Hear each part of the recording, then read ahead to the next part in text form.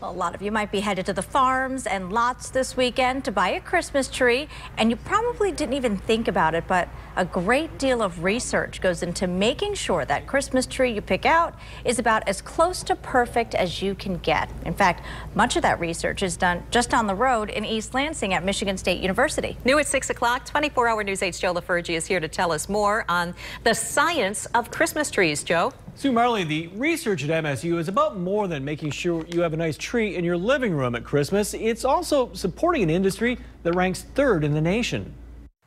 You've heard of Father Christmas. Now meet Brother Christmas Tree. If you're shopping for a fresh tree, Bert Cregg's the guy you'd like to bring along. So if you're at a tree lot, go up to the tree, kind of your thumb and your forefinger, pull along that chute. You shouldn't have any needles coming off in your hand. Cregg is a professor with Michigan State University Extension's Departments of Horticulture and Forestry. His lab is this grove of trees on the south side of campus. By looking at some of these different species, that helps the growers to have more options of things that they might want to grow. Like the Korean fir.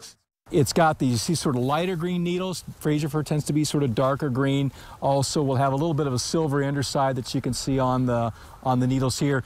These could give consumers different options. So you want something a little different, some people like, something that the neighbor doesn't have. When it comes to the sale of live and fresh cut Christmas trees, Michigan is not a flyover state.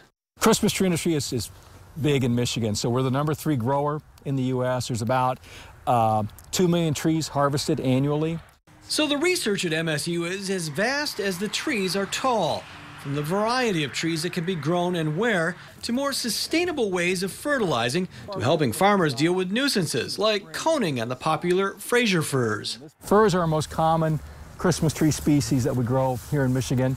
The cones tend to die off, leaving ugly stalks farmers have to prune away. It's a huge labor expense, the #1 labor expense for people that are growing Fraser fir.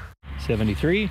Cregg and his team are experimenting with plant growth regulators, chemical treatments, and ways to control the environmental stresses that cause trees to cone in the first place.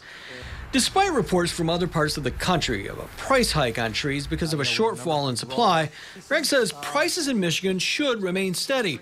And if you do see an increase in your favorite tree, there are options. There's a number of different species out there, so this might be a good opportunity for people to look at an alternative maybe to what they've had in the past and kind of broaden their Christmas tree horizon, if you will. Yeah, if you'd like more information on choosing and caring for your tree, we have all what you need to know at woodtv.com.